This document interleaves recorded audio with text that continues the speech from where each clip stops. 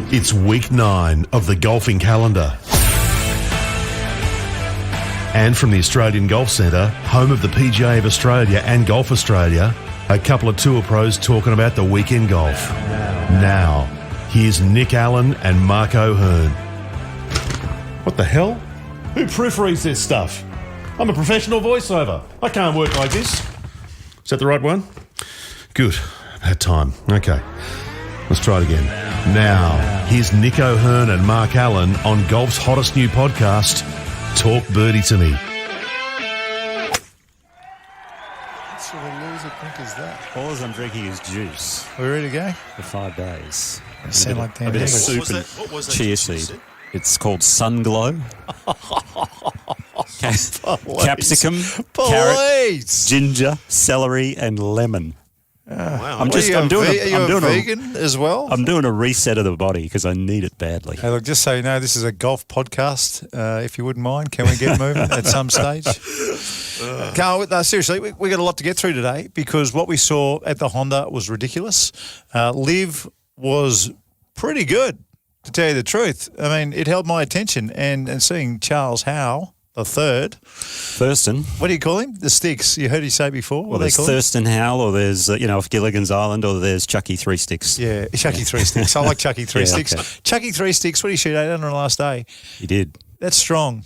And also at TPS Hunter Valley, we saw one of the greatest ever brain explosions on a golf course. How he made a bogey is still ridiculous, and I want to talk through everything that he did at that stage, and also on the back of Lincoln Tighe and that magnificent bogey on the 12th hole. Today's top 5 is my top 5 brain explosions. Are you in this? By a golfer. Oh, you could be in this. So we'll get to that very, very soon. A former alcoholic in the playoff stiffs, I'm going to say, a 3/4 wedge to 6 inches for the win. It was compelling viewing, Nick. It was majestic. I mean, that shot in was one of the great wedges, I think, because that is such a hard wedge shot anyway. Where that 18th hole is, the National, no, what is it called? PGA National. Yeah, that's it. It's got the bear trap, as we know, the last 4 holes. And I've played that tournament before. It actually sets up pretty well, that bear trap, for a left-hander. The right-hander, and these guys, funnily enough, the 2 guys who were neck and neck, Eric Cole and Chris Kirk. Eric Cole is a minor tour legend in the States. He's won. And Bobby Cole's son. Bobby Cole's son. Who won 9 times around the world or something. Won on the PGA Tour. And South African guy. Laura Bohr, who played on the LPGA Tour. I think that's how you say it, Laura Bohr. That's the mum. That's the mum. Oh, I didn't know that. Very good pedigree.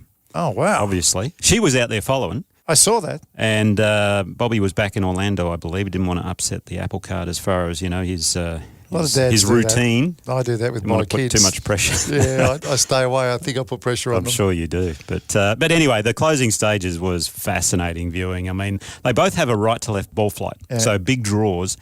And on 17 and 18, that's not the ball flight you want. I mean, for them to hit the green, both of them hit the green on 17 was unbelievable. Yeah. I mean, like starting it out over that water was crazy. And then on 18, Kirk had the tournament basically not in his hands. We had a 1-shot lead and hits the hybrid. Hits the rocks before the green because he blocked it, and it would have been funny. It bounces all the way back and it almost hits the car. How good would it have been if it hit the car? Oh, that would have been brilliant. The commentators, now I don't know who it was, but they did a great job. Azinger. Was it Azinger? Azinger reckons that he was aiming that way. I don't reckon he was. Well, he hits the big slingy draws anyway, so he had to aim, a further right than what most people would. I think he wanted his ball to land on that left fat part of the green. He in his post-round interview, he said, I wanted to stay aggressive and hit on the left half of the green. That's right. So to do that, he's got to start it right. And he did, but unfortunately he blocked it. He knew it as soon as he hit it. I don't think he got all of it. How good is ball tracker in these pressure situations when there is water everywhere? And Cole, I heard him a couple of times, he's going to hold it off, hold it up. He wasn't holding anything up. He was still starting right and coming back. It's a 5-yard draw, his fade. His fade is a 5-yard draw. I know a few people like that. Yeah, for sure. But, it was impressive stuff from Kirk. I mean, the demons he's had to battle. Last win was like 2015, the Colonial Tournament. He's an amazing fella, just a real laconic kind of guy. Never says too much, but obviously has some serious demons, off the golf course for a number of years. It's all been very well documented over there. Yeah. It started, I believe, with the anxiety of playing professional golf at the highest level. And when you start missing cuts, you go back to the hotel room. If you're anxious and that, well there's the minibar. And that's kind of how it all started for him, I believe. And obviously the alcoholism followed that, the depression. Yeah. And now I heard he rents a house rather than has a hotel each week. And he rented a house with Seb Stracker, who also won the tournament last year. So that rental house is 2 for 2. That's pretty impressive. They should go back to that house every year, I think. That is very good. Hey, just on the drink. And I know you're a wine drinker, but you're not an alcoholic or anything, Nick, as far as I know. I liked to party when I was younger, but I never, ever, ever drank during a tournament. Really? Ever. Okay. Never. I would never have a couple of beers before the second round, say, or before the final round. I would never do it. Were you able to have a glass of wine or a couple of glasses of wine? You'd made the cut. You've got an early tea time the next day. You go out and have some sushi for dinner or a steak. Would you have a red? Yeah, I would. Yeah, the early tea time, not so much. If I knew I was off a little later, a glass. It's always fine. It just helps relax you. And I never found it really interfered with my golf. The morning of, I never had a coffee because I found, that's not good for the putting. The old jittery nerves come along. Bad. So I stayed away from the caffeine. However, I did fancy the odd glass of red, so it's not too bad. But, one of the things that really impressed me about Kirk was also that he skipped the week before the Genesis Invitational. That's a designated or elevated event, whatever they call it now. $20 million. $20 million US. He skipped it because Why? His game didn't suit the course. He hits these slingy draws, and on that course, you got to hit a lot of fades and firm greens. It's not going to work. Yeah. So he backed himself to miss that event and go to the Honda, and he wins. It's What do you unbelievable. make? Couple of mil? Probably something Couple like mil that. US? Yeah. It was just very, very impressive. So life-changing almost. The other thing it's life-changing for is a guy who finished in 4th position, a guy called Ryan Gerard. Monday qualified on the number. Got in, finished 4th. Yeah, that was incredible. Yeah. So how much money was that? That was like 4th place money is about 500,000. Yeah, I think he won about 420. And he's a Monday qualifier. And he's now into Puerto Rico, which is this week, but it sits opposite Bay Hill because they have a elevated event again, Bay Hill, and they've got Puerto Rico on at the same time. Hey, while we're talking about money, this week we're doing something very different on Talk Birdie to Me. We're actually getting Wade Ormsby on, and it's going to be a little bit of bonus content. We're going to ask him about Live. We floated it last week. I want to know how much money he made. A lot. Because there was a teams event last year where he either won, he was the 4th man in the team, whether he either won or came second. And I don't know how much, I just want to ask him, how much cash did you make in that teams event when it was either a win or a second anyway? And just remember, it'll be in US dollars, which is even more. Yeah. But the reason we're getting Wade on, by the way, is because he's a fringe player on Live. It's pretty simple. I mean, he's 42 years old. He's won once in Europe. He's won 3 times in Asia. He's a very good player. No one's ever said a bad word about Wade Ormsby. It's a bit like you. No one's ever said a bad word about you either, Nick, which is remarkable. Once you get to know somebody, you don't know me well enough. So I've heard plenty of bad words about you, so that's okay. Yeah, I know there's stacks. So I'm really keen to talk to Wade about what it is like being a fringe player. We all know what it would be like being a star on Live, but I want to know more about what's fringe and what's the story is. And was he 3rd alternate in Mexico last week or something? Yeah, at Mayakoba, I believe. So, we'll find out. That Live tournament that we're talking about, what do you call him? Chucky 3 Sticks? Chucky 3 Sticks, Chucky 3 Sticks, shooting 8 under on the last day. He's teaching a lot of the tour players at the moment. I believe. He really? Yeah, a lot of he's got a lot of players that he will look at their golf swing and try and help them. I mean, that does not surprise me because I lived about a 7-iron away from Chucky 3-6 from Charles. Yeah. In Isleworth, that golfing estate. Yeah. And he is a range maniac. I mean, he just loves being on the range, loves working on his golf swing. I remember talking to him one year between the off season and the start of the new season. I said, "How long do you put the clubs away for?" And he said 6 days. And then I started getting the shakes. So he just loves to hit golf balls. And funnily enough, I mean, he's most known for his ball striking. Obviously, he's just a machine from tee to green. One year, he got injured, and the only thing he could practice was his chipping and putting. Right. And people have always said, well, if you work more on your short game, I think you'll possibly take out some of these events because he's had like 98 top 10s in his career, which is insane, obviously. Won over 42 million on the PGA Tour, so been an amazing golfer. So he couldn't do anything but chip and putt for about a few weeks leading into the tournament. First tournament out, he loses in a playoff. Yeah. But then after the week after, I think he went straight back to the range and started hitting a lot of balls again. Yeah. So- Well, he shot 197 in 3 rounds. I mean, he broke 203 rounds on tour-style courses. Pretty impressive. Peter Uline came second. He beat Uline by 4. Brandon Grace shot 10 under par. And then you see Cameron Smith. Cameron Smith played pretty well. Tied fifth, yeah. Yeah, the Ripper team, unfortunately, they missed the team money by 1 stroke, I believe. Okay, now I'm only reading these out because it's noticeable. I know what you're coming to, No other reason. I think. Okay, no other reason. Dustin Johnson, There you go. +4. You know what he shot in the last round? 8 over. He shot 8 over. No, he in the didn't. He last round. shot 7 over. He shot 78, sorry. 78. To finish That's 8 right. over. That's his worst finish. Patrick Reed shot 5 over for the week. Finished tied 38th. Lee Westwood tied 41. 8 over in 3 rounds. Louis Oosthuizen 8 over in 3 rounds. What does that tell you? Wiesberger 11 over in 3 rounds. I don't know. Here's Koepka's brother 15 over. Yeah, some high scores up there. It kind of tells What's me with going on? some of these better players, the off-season, instead of working as hard as possibly they normally do, maybe they haven't been practising as much. I don't know that, obviously. No one knows. No one knows. That's but what it looks like. He's still on holiday mode, I guess. And Thomas Peters +2.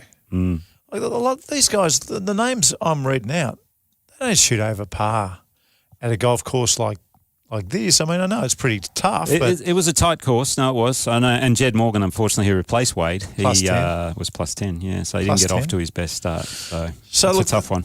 I see those scores. I scratch my head. Maybe it was a tough course. I don't know. But you know what? The Crushers won the team event. So there you go. Yeah. Can we talk about TPS Hunter Valley, please? Absolutely. Well done, the Brett Coletta. What a round that was. 9 under. He could have got another 18 in it as well, right? Because he finished 3 hours, 40 minutes before the last group. Yeah, it is incredible. I mean, there were pictures of him on the telly basically falling asleep on one of the couches in the clubhouse. So well on the Brett. A little bit of information on him. Went to the Corn Ferry Tour. I think he missed about, something like 10 cuts in a row over there. 11 in a row at one stage. 11. Almost got his card, though, one year. Yeah. Came through. He made the cut at the Memorial. So he did that when he was an amateur golfer.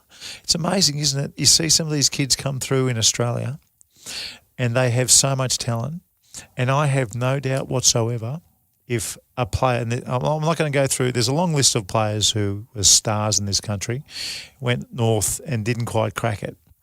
I think it's got a lot to do with money pressure, personally. If Brett Coletta was an American kid, let's say he came out of Oklahoma, he'd be playing on the US tour right now. I really believe that.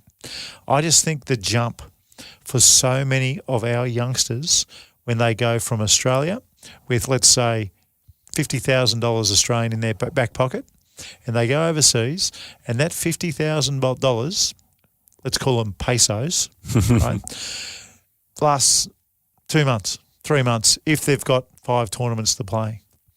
I just think the money pressure and not playing in your own backyard is so big for so many of our young amateur players who deservedly should be on the DP World Tour or playing very well in America somewhere. It's the transition, which is the toughest to break through. We saw that with Ryan Ruffles as a great example.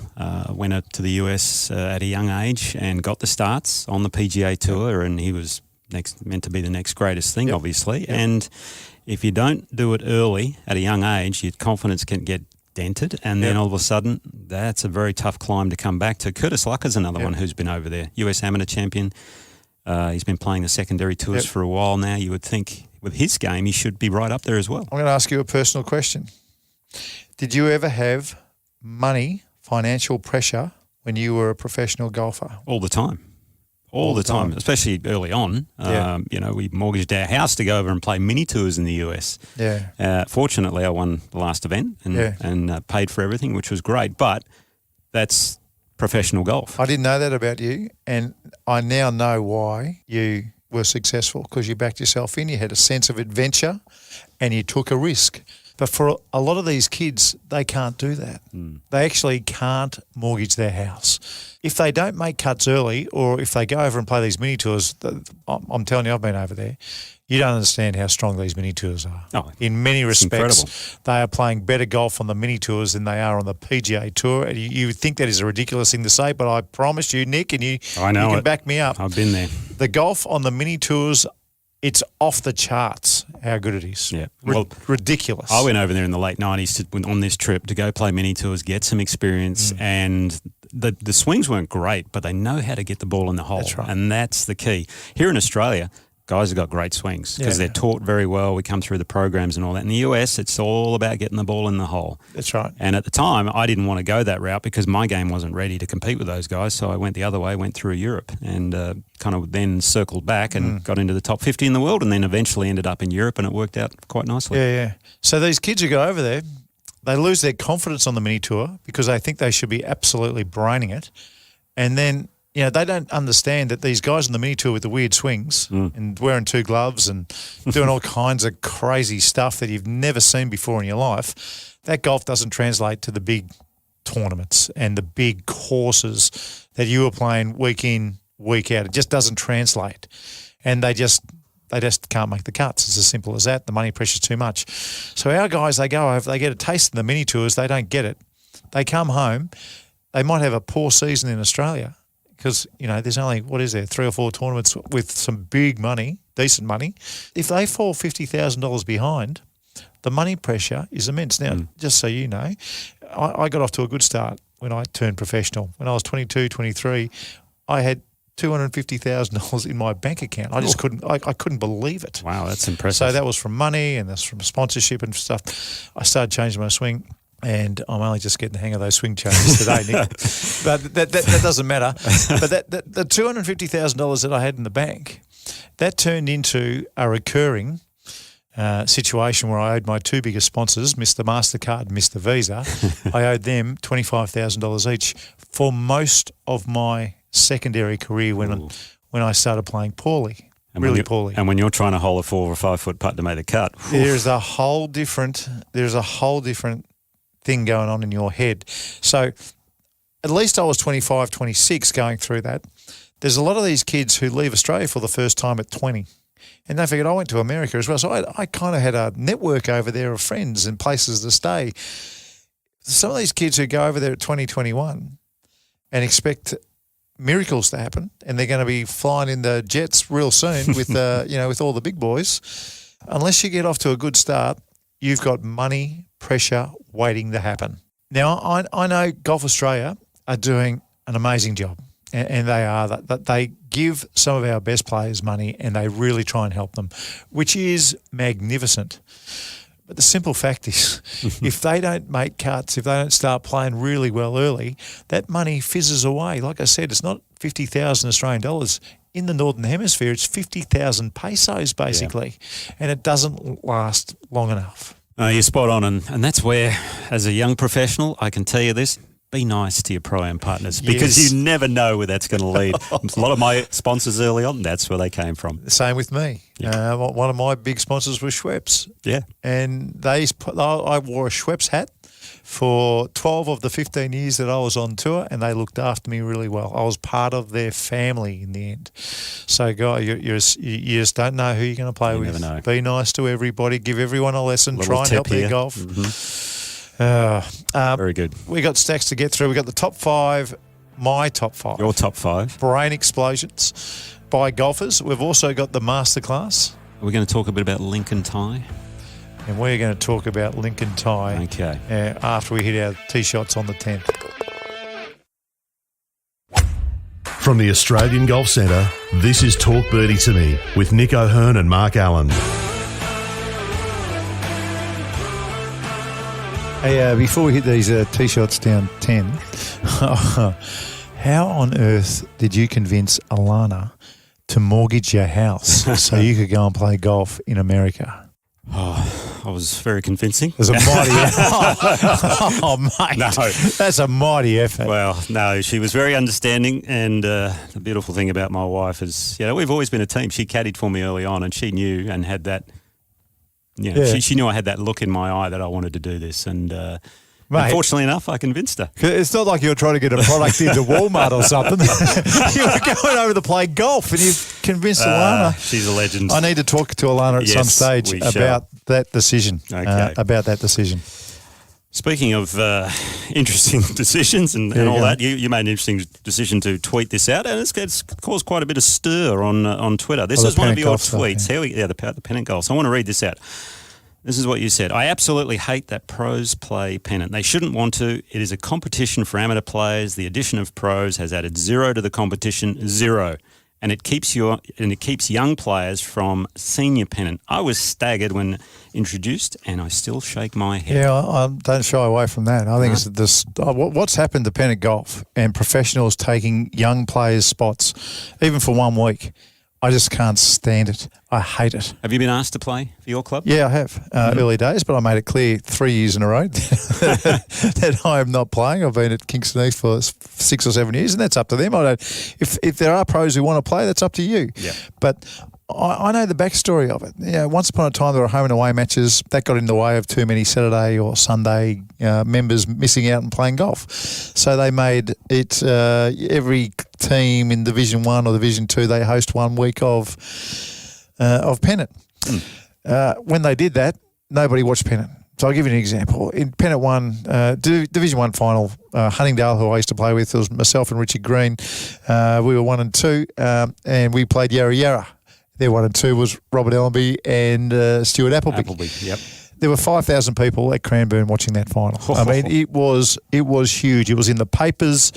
It was everywhere. Can I ask whether you won? Yeah, Huntingdale smashed them. Yeah, Of course they did.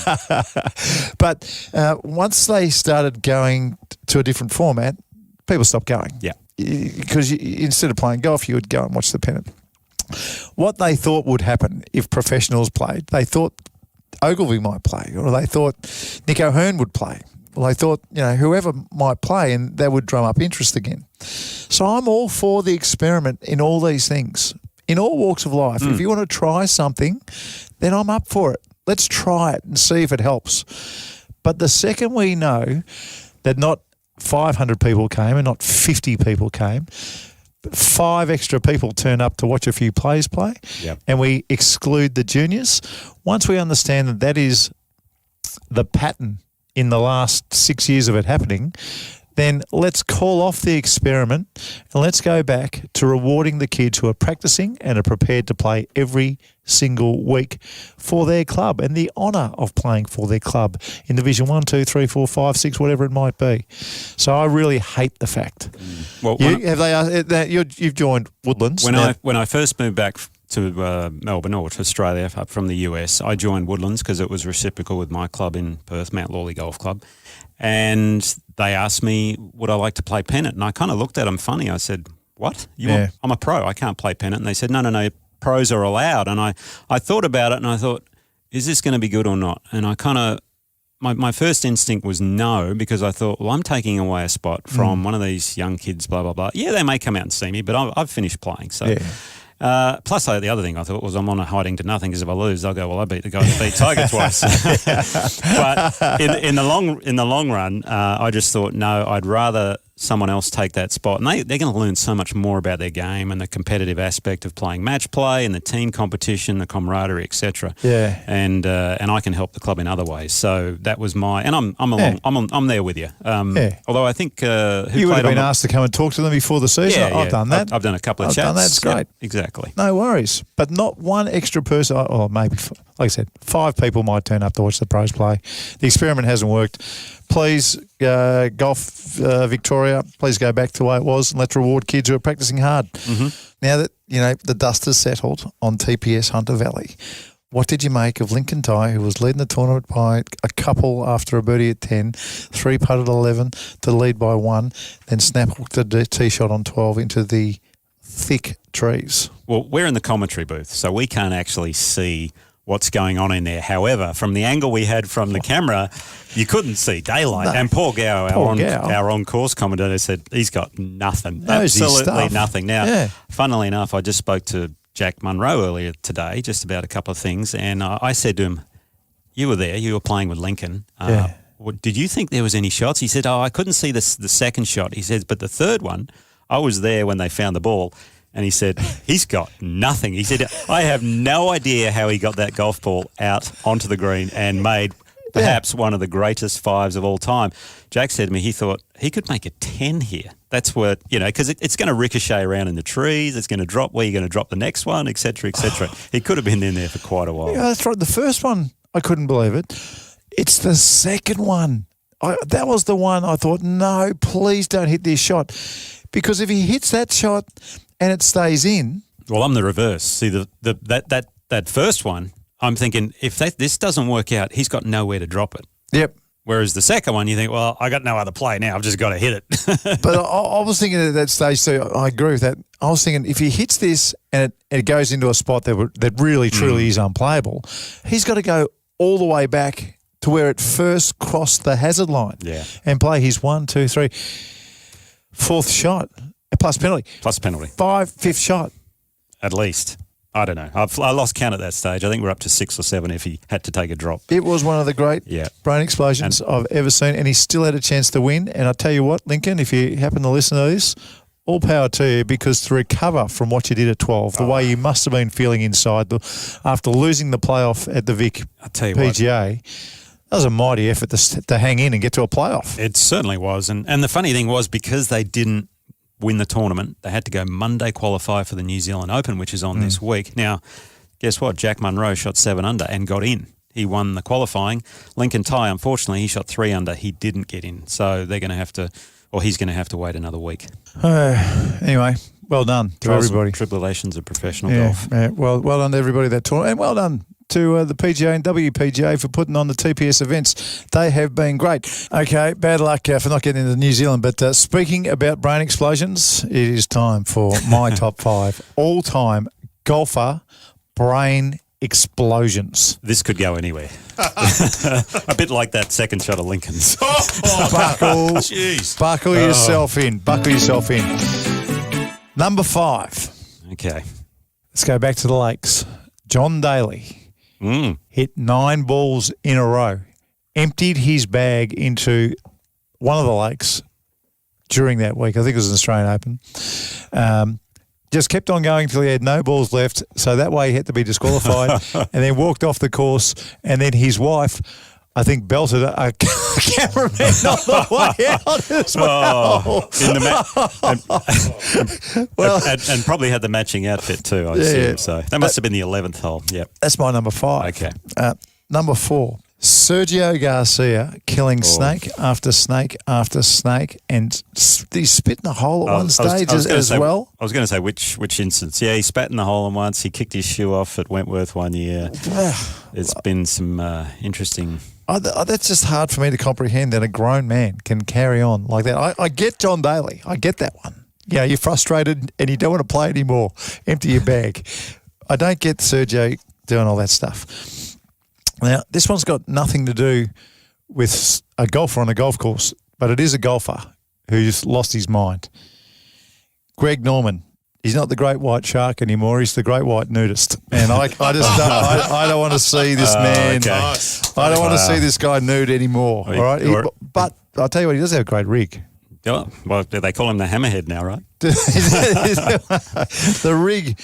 rig is off the charts. This is more brain explosion on a golf course style. The entire US Ryder Cup team. Oh, yes. You know which one I'm talking about? Brookline. With Justin Leonard. Yeah, at Brookline. Justin Leonard is playing Jose Marie Alathabal. Hole's a monster. And the entire team, wives, players, coaches, everybody, ran across Sergio's line. Yeah, I remember that one. That was a tough one. And Jose, he still had a putt to halve the hole. All right. And I've got your bunny in my sights for number 1. Oh, okay. Tiger Woods. When he got 25 people to move a boulder and claimed it was a loose impediment. That's out of the blue. Okay. I think that was done with the blessing of everybody. Everybody around. You can't It's a loose impediment means you pick it up like this. Yeah, but is that a blame implosion? You just asked the rules official. I mean, it was a big loose impediment, I'll say that. It was a boulder, Nick. It was a boulder. It was a beauty. And it got ticked off, which is a bigger brain. That's as big a brain explosion I've ever seen. How have you not got Jean van der Velde in there? Because I think he was very unlucky. Oh, come on. I played the British Open that week, and I actually played with John van der Velde 9 holes in the practice round. Can I tell you this before you go any further? I missed the cut. I always knew I was going to miss the cut.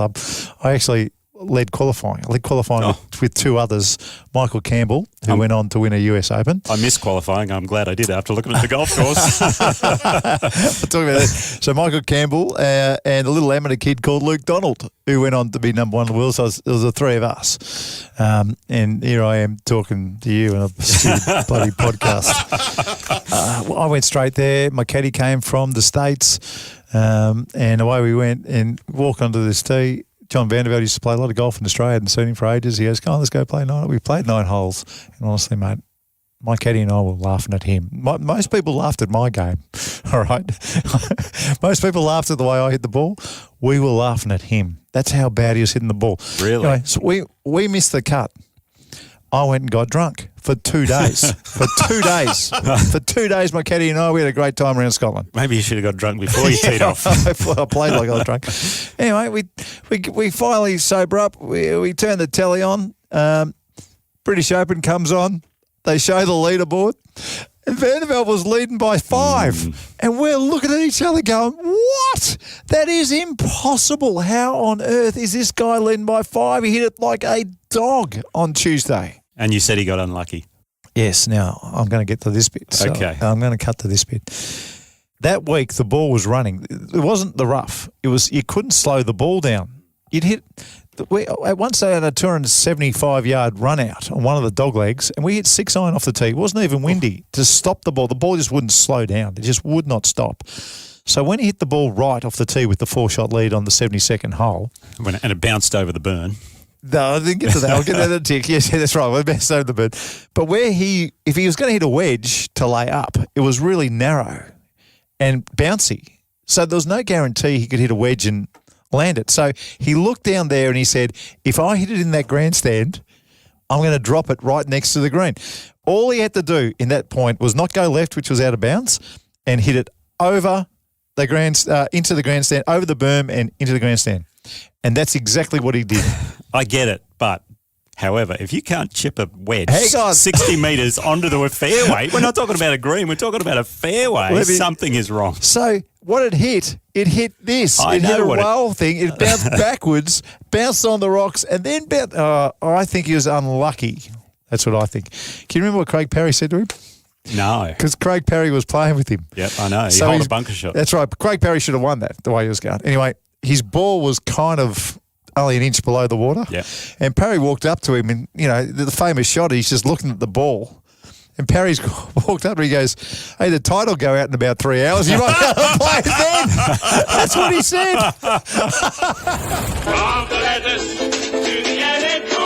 So it's time for our segment, Nick. Tweets to the editor or messages to the editor, wherever you are. We on TikTok these days? I think we are. Yeah, tweets, TikTok, letters, emails, whatever. We're everywhere. Thank you. This could be good. This one's from Ironman Pete. When's the 9-hole YouTube match play happening between you two? So I want this done as soon as possible because I know you're crook. I know you can't. I can hardly hit the ball because of my wrist. I think we should get this organised next week. I'm happy to do it on the Kingston Heath short course because I know that I won't take full advantage of your injury. I'd be happy to play the short course. Yeah. Okay. Well, let's get it going. It might be a good one. Now this one's from Stephen Roach. G'day, Roachy. What are the positives you both see in LIV, and what steps could help them coexist with the PGA Tour? Listening to so many podcasts that she's only take one angle is really frustrating. It would be great to see you guys rise above and give some balance, especially with Grange ahead. Not a bad question. What are the positives with LIV? The positives with LIV. Well, there's a lot of money going into the professional golfers' pockets. I'll say that is a positive. There's very much a positive with the Australia event coming up in Adelaide. Yeah, big. Sold out. We're going to get to see a lot of players that we haven't seen before down here. That's going to be awesome. I actually quite like the team aspect of it, playing for a team. However, I don't think that's going to fit in well in the long run as far as world rankings and all that sort of thing, because that's then a team event. So they're kind of my positives at the moment. Have you got any? No, they're the positives that I see also. But just for general drama, I just think the PGA Tour has just got that much more. You know, if that Cole kid wins this week, he gets into the Masters. There's so many things along the way that add to the week. Who makes the cut, who misses the cut, the qualifier. You know, the guy who finished fourth this week, he was a Monday qualifier, for goodness sakes. Even though the best players weren't there this week, there's more than just who wins the money on the PGA Tour. Yeah, it was kind of the more interesting storyline, I think, between the two. And the thing about Liv is they pick weeks where it's a weaker PGA Tour field, like a Honda, which is fine. But as it turned out, the storylines worked out very well for the PGA Tour. Jack Johnson. Now, Jack Johnson wants a top 10 golf trip public golf courses from us at some stage. Well, first of all, Jack, you don't listen to the show because we only do top fives around these ones. So can we put that on the list for Jack Johnson? Maybe he's on tour singing. Is it that Jack Johnson? No? No, that's not him. Could you do a top 5 next week of what do you want?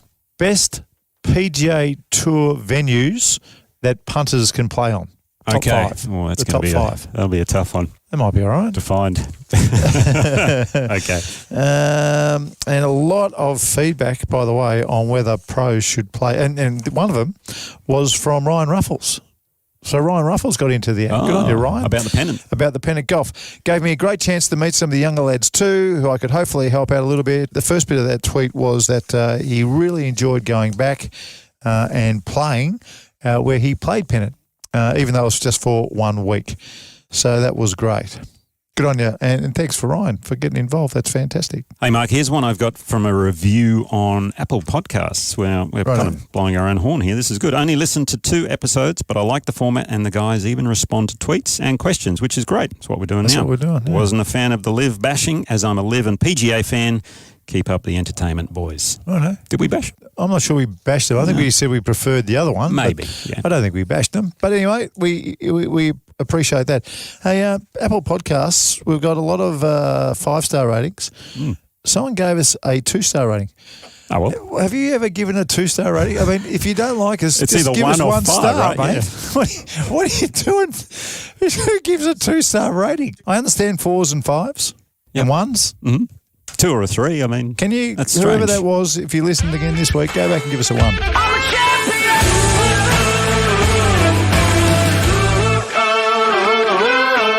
Okay, every week we do a masterclass of what we've seen happen over the weekend. Mark, what is it this week? Well, I'm kind of stepping on your toes here. I'm stepping into your territory, short game sort of stuff. So I didn't get your approval. I know, you did it beforehand.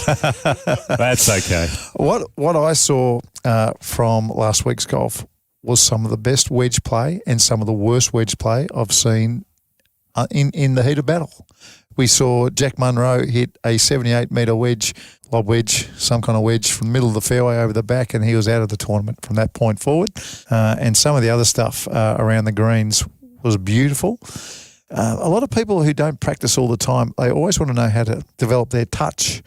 Now, I was told when I went to college in America, there was a guy over there called Steve Long. I got over there and I was a 73, 74 shooter, which wasn't too bad. If you came from Australia, you were actually considered reasonable. If you shot 72s and 73s, I got over there, that wasn't reasonable. And Steve Long identified that it was my short game. And what he told me was that you don't try and hit the ball. You don't try and judge how hard to hit the ball. You try and judge how long your backswing is to fit the shot. And I started doing that. So I started forgetting completely about how hard I shoot the shot and just tried to match my backswing length to the distance I wanted the ball to go.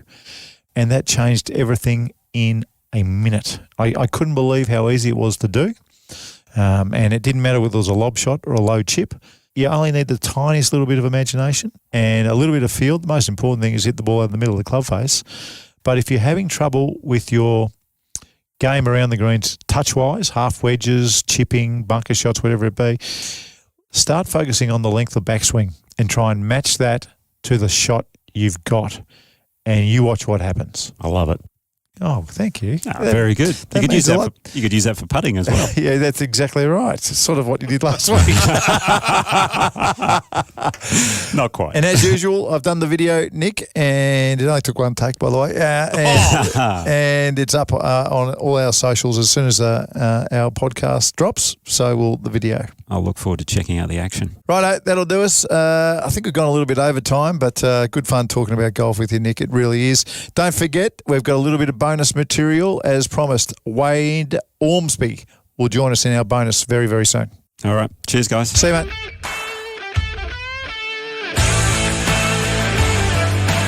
That's been Nick O'Hearn and Mark Allen's brand new podcast, Talk Birdie to Me, live from the Australian Golf Centre, home of the PGA of Australia and Golf Australia. You can follow us on Twitter, Facebook, Instagram, and now TikTok. And don't forget to send us a message or a comment on anything you've heard or want the boys to discuss. And if you can share the podcast with your friends who are into golf, well, that'd be great too. Talk Birdie to Me's executive producer is Dan Bradley at Kaizen Media. Sound design by Daryl Misson at loudzebra.com. Hey, by the way, have you finished Full Swing yet? Yeah, I saw the last one, Roy McIlroy. Yep. What do you think? He's got lots of cash. I can't stop watching the cash. Any, Nick.